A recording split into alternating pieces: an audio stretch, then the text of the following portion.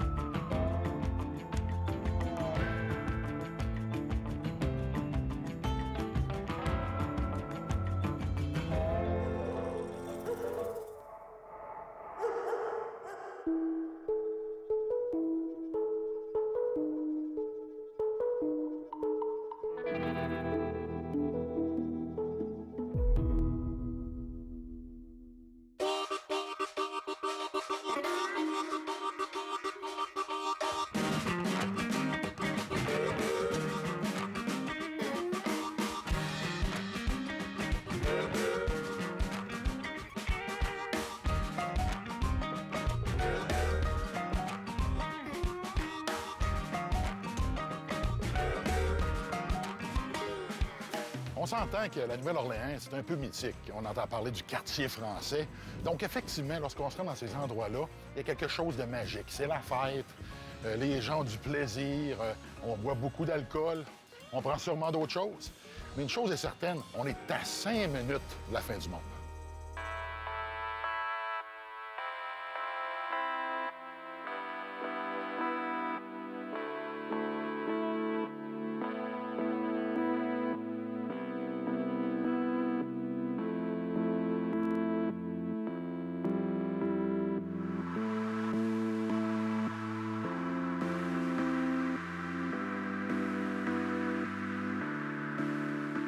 En parlant de la fin du monde, ici, en Nouvelle-Orléans, c'est arrivé en août 2005. L'ouragan Katrina a frappé la Nouvelle-Orléans et elle a frappé vraiment fort. Pour vous donner un petit indice des conséquences que ça a donné, il y a au-dessus de 100 000 personnes qui sont parties à l'extérieur de la ville. Il y a eu au-delà de 1 800 morts et 50 000 maisons qui ont été abandonnées.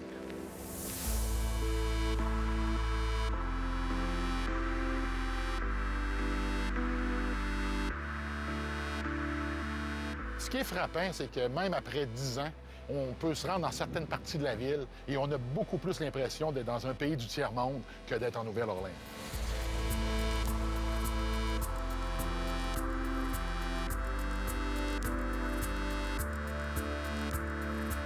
Un des quartiers qui a été le plus frappé, c'est le quartier Lower Ninth Ward. Il y a seulement 30 du quartier qui a été rebâti, ce qui fait en sorte qu'il y a beaucoup de terrains vagues. Il y a des maisons abandonnées un peu partout. Les rues ont besoin de se faire rebâtir. Donc, finalement, on a l'impression que cette ville-là, il y a eu une guerre, puis qu'ils ne s'en sont pas encore sortis.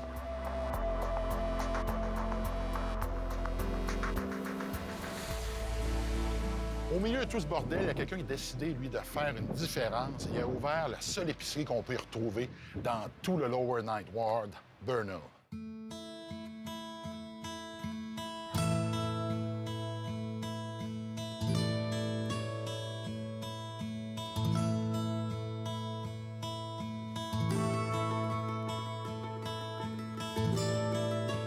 Hey, Burnell, how you doing? Oh, good. I'm always good. Nice day? Beautiful day. Beautiful day, hein? Only in New Orleans. Burnell, c'est un ancien vétéran d'armée. On peut se rendre compte que c'est quelqu'un qui est très allumé aussi. On voit qu'il a voyagé, on voit qu'il a connu des choses, il est très structuré, très discipliné. Burnell, ce qu'il veut faire, c'est la différence dans le quartier. So you grew up in this neighborhood? Born and raised here. The only time I left New Orleans was when I went to Germany. I was an MP in the Army, and I loved it. I spent the majority of my adult life in Germany. Were you here when Katrina hit New Orleans? When Katrina hit, I left the day before. I almost didn't leave. I almost was one of those people that was stuck on the roof. But my mother kept calling me and calling me and calling me, telling me to leave. I'd never seen a hurricane. At the last moment, I decided to leave. How did you came up with the idea of opening a market in here?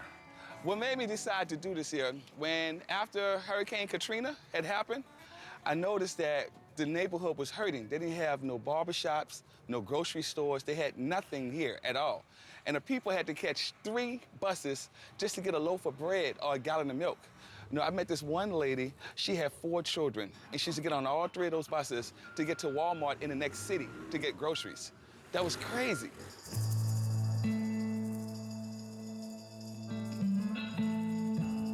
Il faut comprendre que dans ce quartier-là, il n'y a à peu près rien.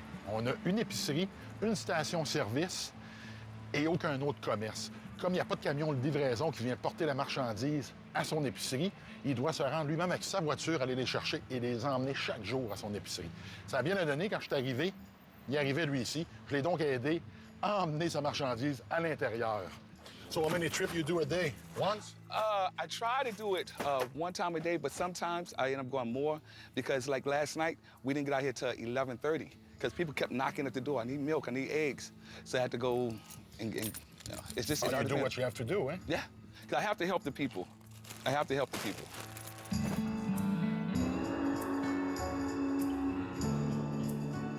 To get some fruits, vegetables, this is it. This is it, eh? This is it. And if I wouldn't have done this here, they wouldn't have had nothing. Wow, it's amazing. So I have to keep going. I have to keep going. They must love you. I hope so.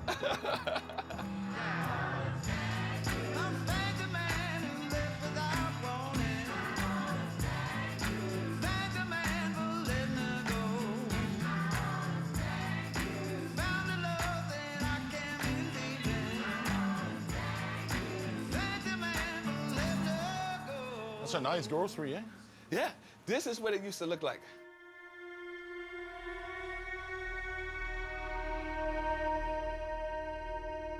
They had 3 families that was living upstairs. That first section was a barbershop. This middle section was a liquor store. You get alcohol. And where you're staying at was a restaurant. The lower ninth ward didn't need a barbershop and sure don't need another liquor store. We needed a grocery store because you should not have to catch 3 buses just to get some fruits and vegetables to feed your family. You know, people come, I'm sorry, I've had people come in the store and cry because now they can come and walk to get something to feed their families. And it was a dream of mine. And to actually see it here, it's a good feeling. And I'm just an average guy, but I have above average dreams. What my dreams is to make the lower ninth ward catch up with the rest of the city. The lower ninth ward is the only place in New Orleans where you still can see Katrina. If you drive down the road that way, come on in. You drive down the road that way, you're going to see maybe 1 house, and then you're going to see Katrina. And then you maybe see next block, maybe 2 or 3 houses, and then some more Katrina. Katrina's still everywhere.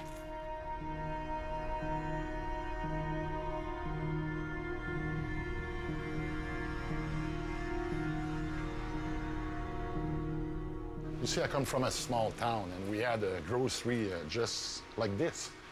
So I'm quite amazed, you know, like for this place, knowing what you just told me, that's amazing. Thank you. Merci.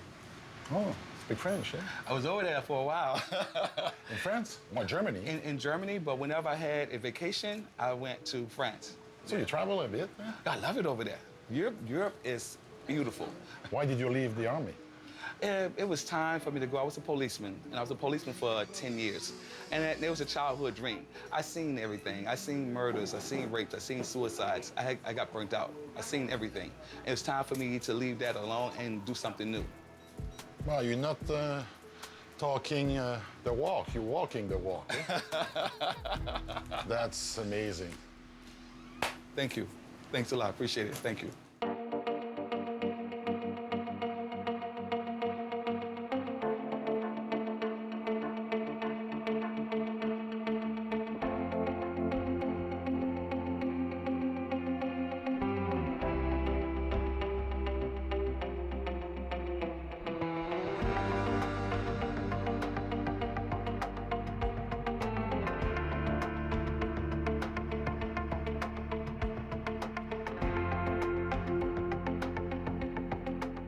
Dans le haut de la Nouvelle-Orléans, c'est très différent des autres villes parce que le monde ici sont gentils. Ils t'arrêtent, ils te jasent, ils te parlent, ils ont du fun. Il y en a même qui vont inviter à manger du barbecue. Ce qui est difficile, par contre, c'est d'avoir quelqu'un qui va te raconter comment ça se passe pour de vrai, là, puis qui te le raconte live, à caméra. D'une certaine façon, je peux comprendre, parce que c'est quand même chez eux. Et nous, ben, on est des invités. So what's the deal now? You're cooking food for the whole neighborhood? No, we having a video shoot today. So what was it growing up here? I knew that was coming. I knew that question was coming. So, how was it? It wasn't bad growing up in New Orleans. It's all in what you make of yourself. That's how that go. Well, actually, we've been here for a couple of days, and people are pretty nice, actually. You ain't had a bad problem since you've been here? Nope. All right. Not at all.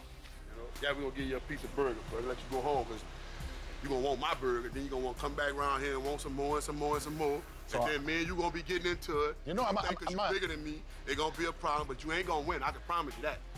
As long as you feed me, You know? there's no problem. Hey, but your own might be bigger than mine, but I promise you, I'm the champ around here. Raw dog No has doubt. spoken. No doubt about it. Were you part of a gang earlier? We don't have gangs in New Orleans. No? No gangs. We don't rock bandanas, none of that. You know, we just, it's like, Like hood? yeah, hood. 7 wall, 8 wall, 9 wall, 6 wall. If you cross on a different turf, is it going to be a problem? It's gonna be a problem. Oh, yeah? Thanks, Big Mike. All right, dude. Let's see.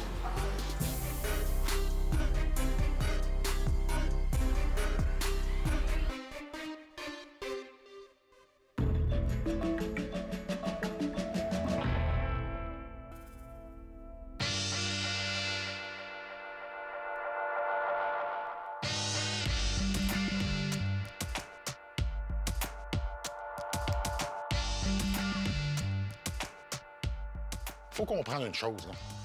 Ils sont gentils. Oui, ils nous parlent. Oui, on a du fun. Ils nous invitent à manger. Mais c'est toujours le même discours.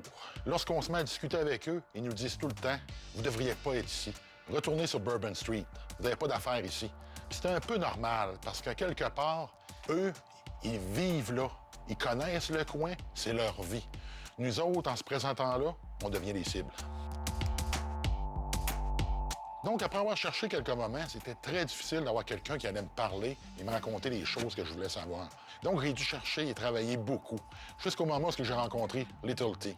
Lui a accepté de le faire à condition qu'il puisse cacher son visage, de manière à ne pas se faire reconnaître et pas subir de représailles. Parce qu'il faut comprendre quelque chose, que dans le hood, les problèmes, ça ne se règle pas à coups de lettre d'avocat. Little T, where are we right now? The 7th ward? Right now, we're in the 7th ward, the heart of the 7th ward, where everything go down second lines, you know, a little this, a little that, a little, you know, crisscross thing, anything goes when it get dark, man. How tough it is, you know, like to live here. Hey, man, it's real hard, like, you know, you gotta watch your back, you know what I'm saying? Even in the daytime, early in the morning, going to work, you know what I'm saying? So you're talking about drugs, Hey, man. prostitution, Drugs, murder, rape, murder, drugs, everything, man. Anything go. It's about $1, man. Gotta survive, stay on top. So, is there a couple of hot spots you can take me Hey, to? man, I can take you around, man, show you how we getting it in. You know what I'm saying? That's your choice, man. You know, if you're not scared or anything, you know what I'm saying? You're with a soldier, you know? But like I said, there's beef on the streets all over. All right, take me there. Hey, let's roll. Donc, je pars avec mon guide touristique, parce que dans les faits, c'est ça, et il vient me montrer les endroits où ça se passe dans le hood. Donc, Little T m'emmène où on vend du crack, de l'héroïne, la prostitution, la cocaïne, tous ces endroits-là où j'ai passé tout mon temps, et que malheureusement, je voyais rien. Parce qu'il faut comprendre une chose, on regarde pas avec le même œil quand on sait pas exactement c'est quoi qu'on recherche. Et tout d'un coup, c'est à peu près comme si on avait ouvert la lumière, et là, c'était tout au grand jour, je voyais les transactions, et c'était comme très évident. Alors qu'auparavant, ça l'était pas. This what's gonna happen, guys. When we turn on Allen, we're gonna be real careful, because by me having these bandanas, these guys might think we're coming to rob them. OK. See what I'm saying? Yeah. So, you gotta drive. Or they might think you're a snitch. Drive it. Well, they don't, I got the hat on and everything, they don't know me. They don't know. But I look like a robber, man. Little T, il est vraiment bon. Il nous donne l'heure juste. On se promène dans le quartier, puis on peut voir qu'il est nerveux, il se blottit parce qu'il veut vraiment pas se faire reconnaître. Il faut comprendre qu'on attire l'attention. Premièrement, on attire l'attention avec le camion. Et deuxièmement, lorsqu'on regarde la couleur des gens qui se trouvent à l'intérieur, ça prend pas un doctorat pour savoir qu'on n'habite pas là.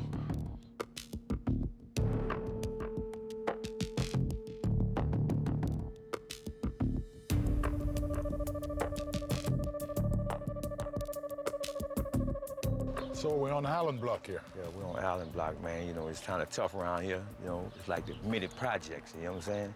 You know, we beef with 2 or 3 blocks, you know, each other beef with each other. Oh, Because it's safer now, we can actually get out. There was no way we could get out over there. No, because we couldn't get out, because guess what? We might have got shot at, we probably had to shoot back, you know, or whatever. I mean, that's just how it goes. You'll see motherfuckers like peeping at us like they're peeping with guns on them, just hanging out, slinging drugs, you know what I'm saying? Can we go in? Hey? I mean, I ain't gonna take you in there, man, because I ain't strapping. I ain't gonna take myself in there like that, you know? All right, let's go. Let's roll. C'est pas vraiment la chose la plus intelligente de se promener dans un camion avec quelqu'un qui se cache le visage, parce qu'on attire vraiment l'attention. Puis je peux sentir qu'il est nerveux. Et si lui est nerveux, on devrait être nerveux. Ça fait qu'on a continué la visite dans le camion, puis on a arrêté d'arrêter un peu partout, parce que le prochain arrêt, ça pourrait être le dernier. We're gonna take a little tour on the way there. I want you to turn on Turo. I'm gonna show y'all the heroin spot. All right, cool. You know what I'm saying? Where the motherfuckers live and die by the dope, you know? They're dealing right there. You see it? The money transaction? Never looked up. You know what I'm saying? Look. Yeah, just made a transaction. Yeah, this whole strip right here is crack. Crack. They all fucked up, eh? Oh, yes, indeed, man. I mean, this is a super duper hot spot, baby. Wow. I mean, like in and out. Whoa, guns in the alleys? So we can't stop here, eh? No. Guns in the alley, all kind of shit. Your mother come out one of the abandoned houses on the side, smoke your ass.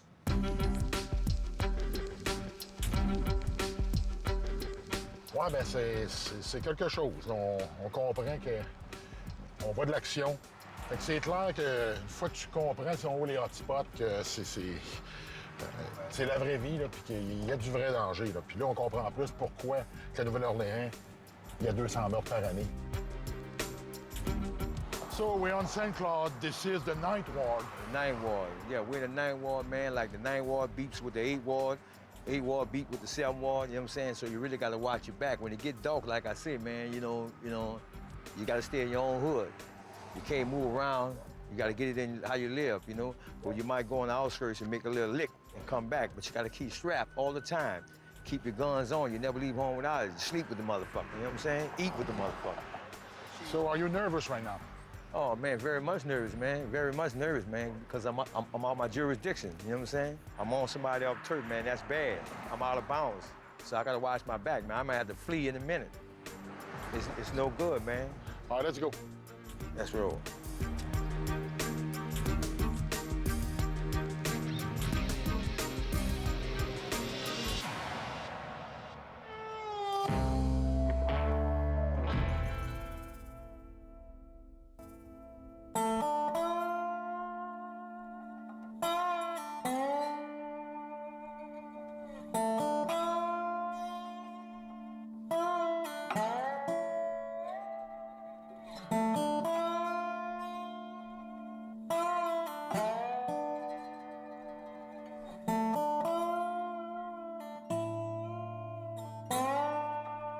En Nouvelle-Orléans, les quartiers, on les appelle des wards. Donc, je me dirige dans le 7e ward pour aller voir un bar qui est reconnu. Pas beaucoup de monde le connaissent, mais ceux qui suivent le jazz et ceux qui connaissent bien la ville de Nouvelle-Orléans connaissent le Bullet Sports Bar.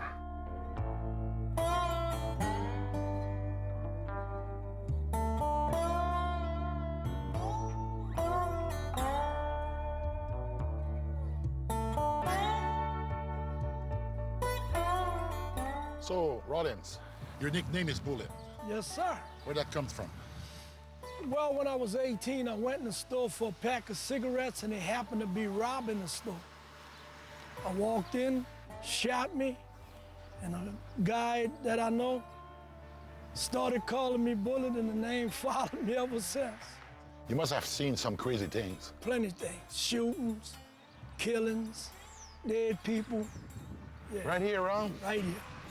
Well, it seems to get better. I noticed there's a few houses that's been rebuilt. You know, that park seems... Not enough, obviously. Not enough. I just really think that some of the neighborhoods are just forgotten neighborhoods. For whatever reason, a lot of them might get more police protection than others. I mean, the police got a heck of a job now because the bad guys know the neighborhood Better than the cop. better than them. So it's a tough situation.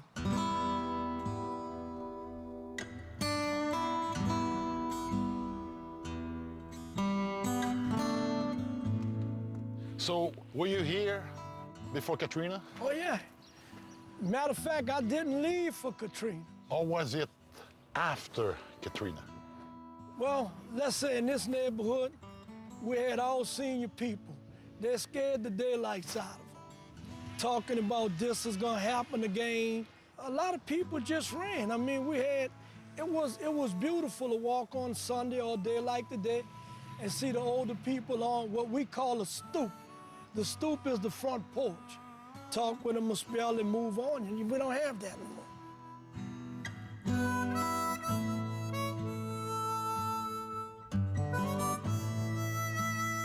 My spot is one of the last spots for the old timers, you know?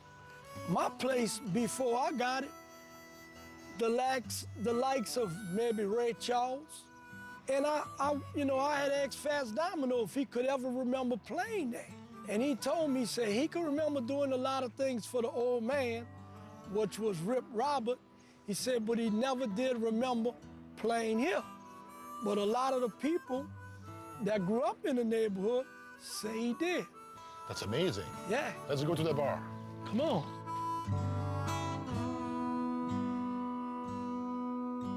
Donc finalement, on s'est rendu à son bar. On est rentré à l'intérieur. Ça va l'air d'un bar qu'on peut retrouver dans les petites villes, parce que finalement, le 7th Ward, c'est une petite ville à l'intérieur d'une grosse ville. Puis, ce qui m'a frappé, c'est qu'il y a des gens, des habitués, et que pour eux, cet endroit-là, c'est important. C'est important non seulement à cause de ce qui est arrivé durant Katrina, parce que, étant donné qu'il a été un des premiers à réouvrir son commerce, il y a beaucoup de gens qui l'ont supporté, parce qu'il a aidé beaucoup de gens aussi par la même occasion. Et finalement, pour eux, c'est un peu comme une grande famille.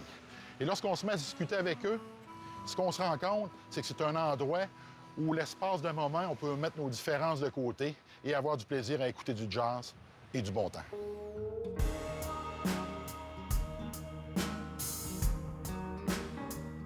So, how many days a week can we find you behind the bar? 7 days a week. 7 days a week?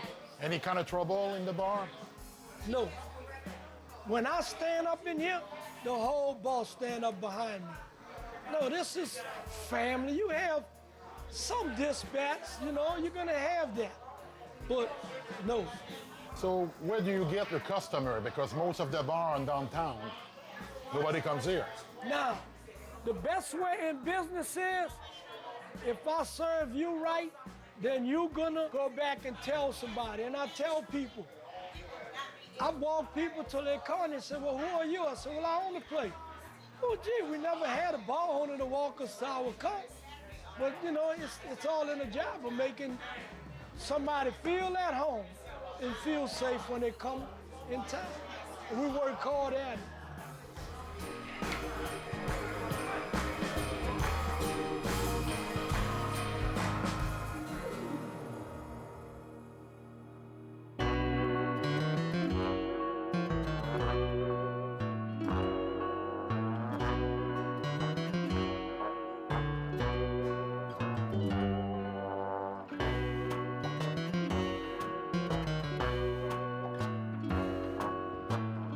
Quand on est dans le ghetto, on trouve toujours la même chose.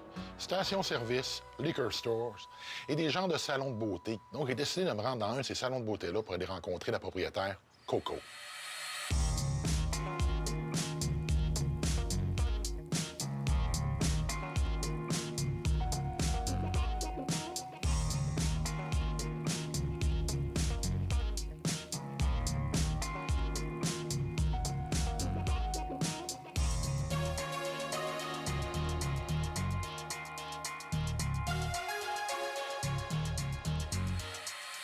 Hello, Coco.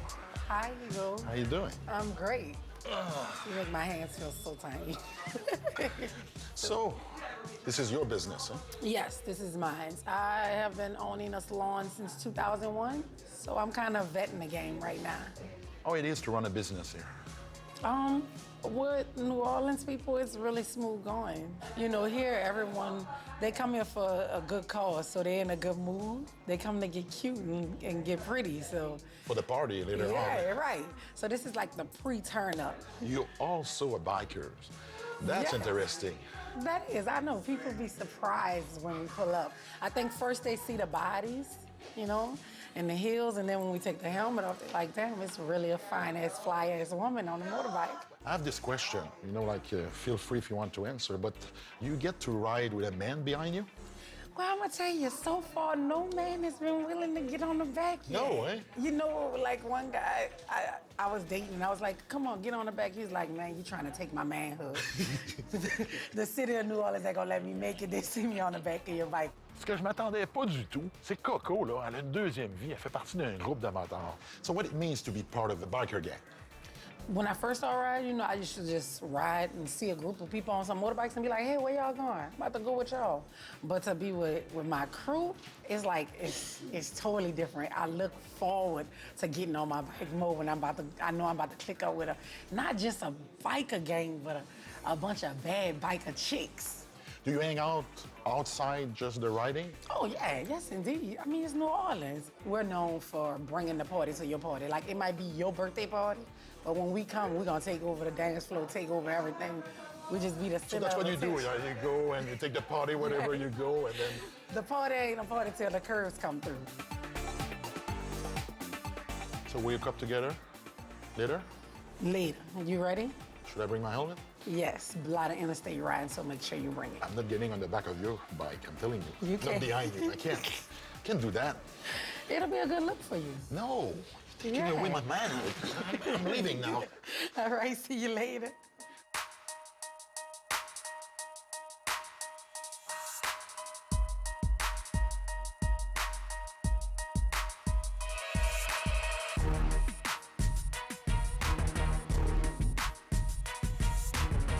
Je me suis rendu au repère des filles dans un parc industriel.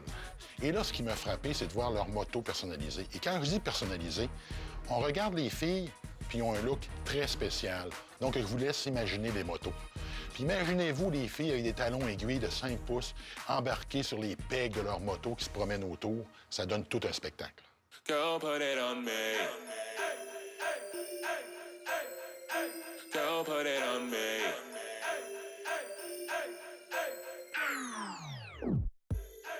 All week, I've been working hard all week. Looking for that something that will make me feel weak. Donc, je me promène avec eux. Moi, je suis dans mon camion. Eux sont sur leur moto, puis ils se promènent autour de moi. Il y en a qui font des wheelies. Donc, c'est vraiment tout un spectacle, puis on se fait regarder. Et pour une fois, c'est pas moi qu'on regarde. Ils regardent les filles, ce qu'ils font avec leur moto, puis ils donnent tout un show. Donc là, on arrête sur une rue parce que les filles veulent me montrer leurs habiletés. Donc, ils enlèvent leur casque, et là, on peut voir la personnalité qui prend toute la place. Croyez-moi, elles deviennent les divas de la moto.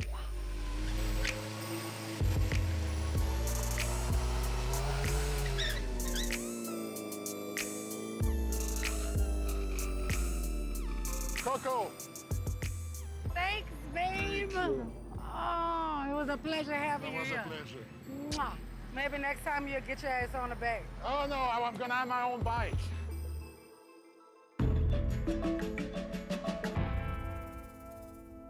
Pumping on my stereo. Keep pumping on my stereo. Pumping on my stereo. Keep pumping on my stereo. Keep pumping on my stereo. Keep pumping on my stereo. Pumping on my stereo. Keep pumping on my stereo. Keep pumping on my stereo. Keep pumping on my stereo. Il y a un gros problème en Nouvelle-Orléans, et c'est les sans-abri. Il faut comprendre, il y a plus de 6000 sans-abri en Nouvelle-Orléans, ce qui est plus que le double de ce qu'on retrouve à Montréal pour une ville qui est 7 fois plus petite. Pour mieux comprendre le problème, j'ai rencontré Devon, qui lui travaille avec un organisme qui va vraiment intervenir auprès des vétérans. Donc, lui se rend sur les endroits où les sans-abri se tiennent et il travaille à identifier les vétérans, identifier leurs problèmes, leur trouver un endroit où vivre, finalement, se prendre en main.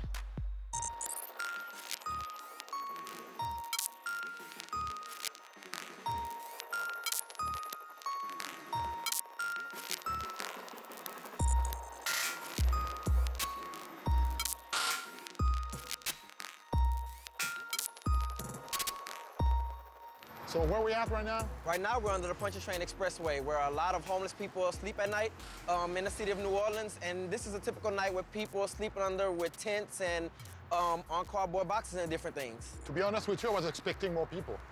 Well, right now, the city of New Orleans has began to move all of the people that are sleeping under the bridge, and they're trying to put them into shelters and find housing through Unity of Greater New Orleans, which is a housing program. So this is probably the few people that's left. But you know, over 6,000 homeless people, there's no way they can actually find them a place in such a little time. Nope, not in such a little time, but that's why we have different shelters like the New Orleans Mission, the Salvation Army, and the Ozanai Men to assist people in getting off the streets. So when they push them out, they went somewhere else, but not in a shelter. But many may have went into a shelter, but the others may have went into other housing programs, and many of them have probably went to other conjugated places to sleep. All right, can we go? Sure. On a décidé avec Devon de se rendre en dessous d'un viaduc d'une grosse autoroute majeure à quelques minutes du centre-ville.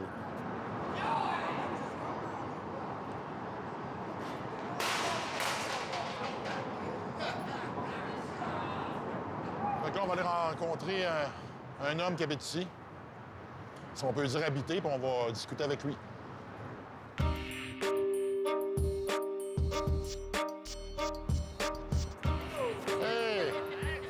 How you doing, sir? Okay. You doing good? Yes. So, that's where you live? That's where I live. How long you been living here for? Oh, since September last year. Before you were here, were you living somewhere else? Yeah. In the street. In the street, too? I got a 1998 GMC pickup truck. I was living in that. Happy.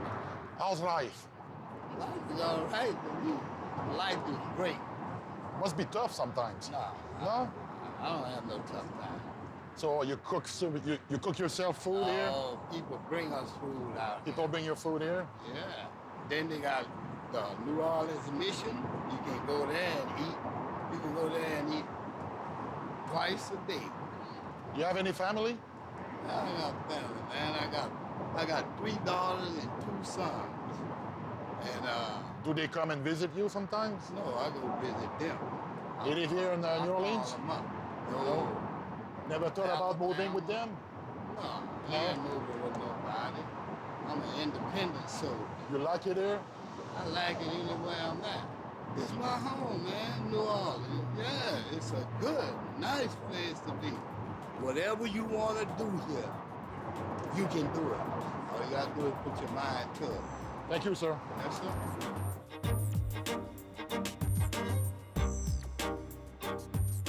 So, Devon, would you say then things are getting better for the people who live on the street? Things are getting better, and I believe things are turning around. Especially, like I said, with the mayor's initiative to try to get homeless people off of the streets and to try to make a turnaround after the storm. Especially after, like I said, Hurricane Katrina, when things just took a turn for the worse for the city of New Orleans. I do believe that things are getting better with the homeless population. Thanks a lot, Devon. No problem. Thank you. Thank you.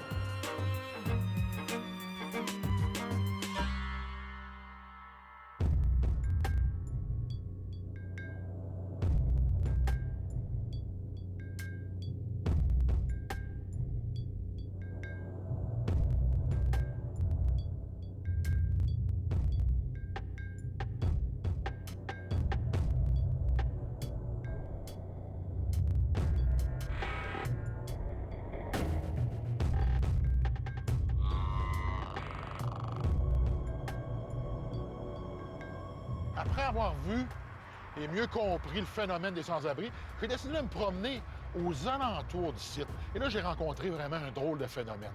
C'est un travesti. On a décidé de discuter avec. Il nous a raconté un peu comment ça se passe dans le quartier et que c'est pas facile. Puis, je dois dire, effectivement, ça doit pas être facile pour un travesti de vivre dans les quartiers difficile et dangereux de la Nouvelle-Orléans. So, Vanessa, how tough those streets could be? Well, I done had fights and everything else, and I had to get this. What this for? Year, I had to get this from on video because those black guys were trying to rob you and take advantage of you because you're a trans. How tough it is to be a trans? It is. It's hard because I'm 50 years old, and I've been going through transition from a man to a woman at the age of 14, and I'm 50, and I've been going through hell ever since. Some people accept you and some people don't. One guy hit me in the back of the head with a pistol. What for? To try to rob me because he thought I had money and stuff like that, and I went to get something for a guy picked me up, and I went and got him some drugs, and he tried to rob me and take the money and stuff like that, and hit me, and I took off running, and that happened like that. I don't know. Look at y'all video. It's all right. Thank you, Vanessa. Okay. Thanks a lot.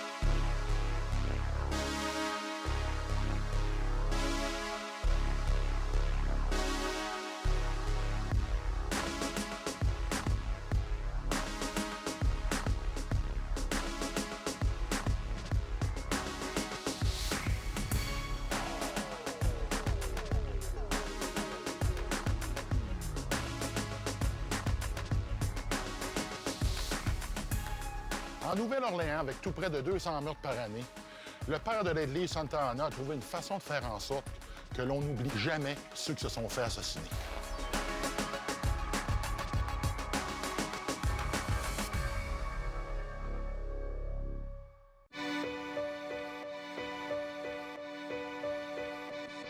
Hello, Father Terry. Good morning. How are you? Very good, very Welcome good. to our church.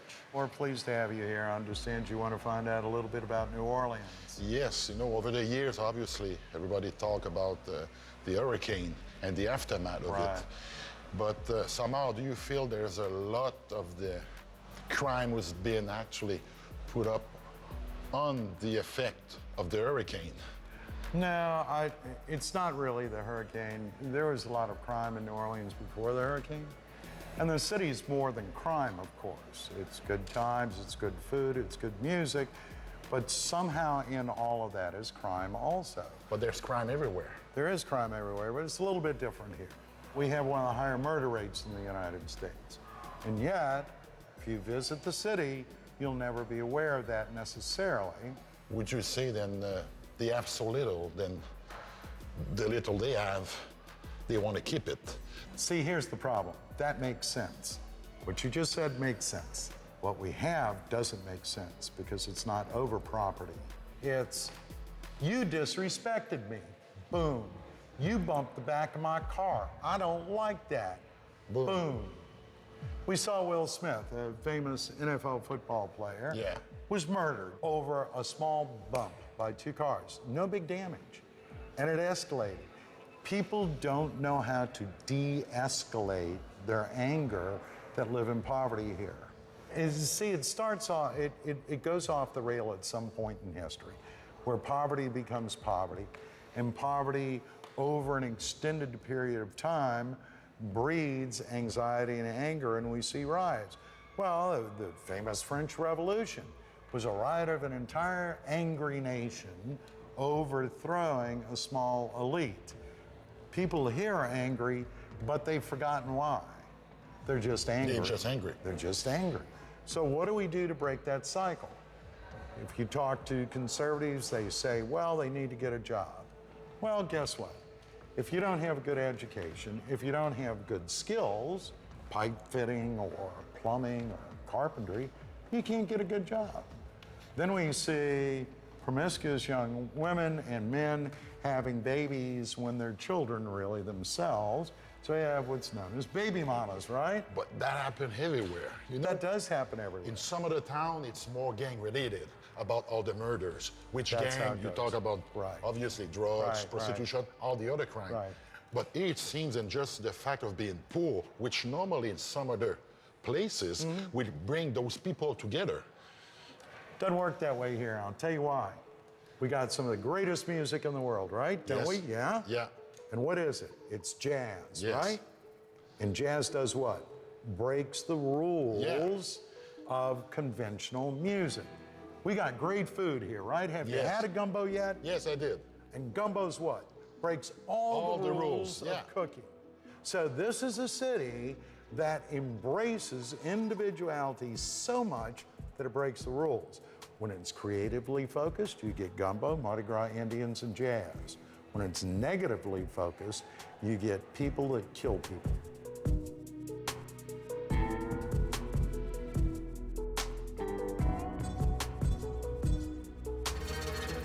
So what we're doing to try and stop that is we're taking kids off the street and we're becoming their parents for them. We teach them about conflict resolution. We teach them music and art, because if they can't verbalize their anger, they can play music to release their anger.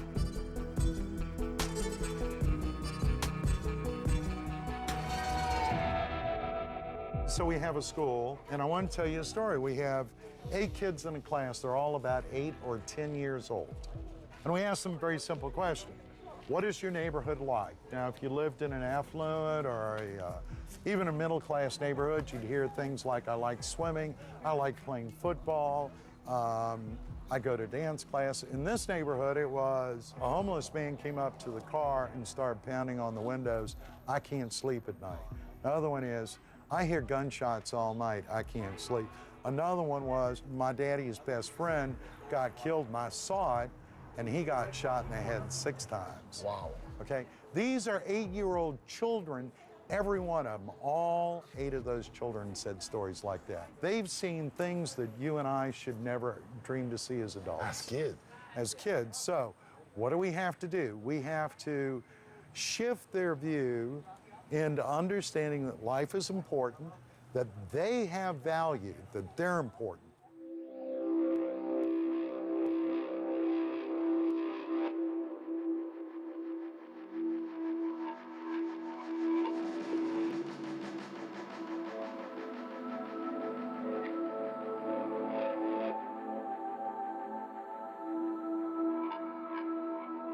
I'm looking at the wall there.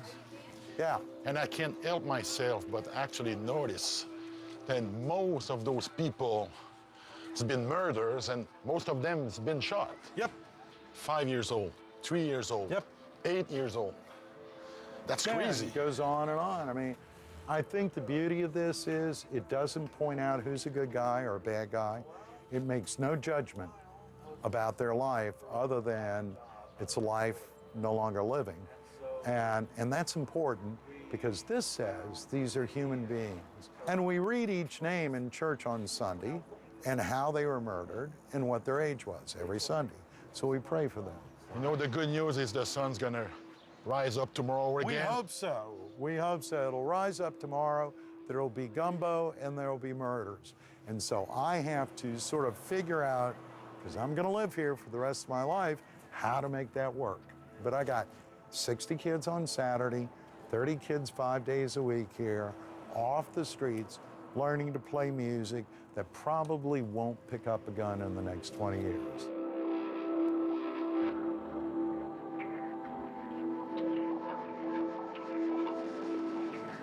C'est frappant. La police en Nouvelle-Orléans, il y en a beaucoup. Quand on est sur Bourbon Street, quand on est dans les beaux quartiers, on voit de la police. Mais quand on est dans le hood, malheureusement, on n'en voit pas. Et lorsqu'on en voit, c'est malheureux, c'est souvent pour aller ramasser quelqu'un.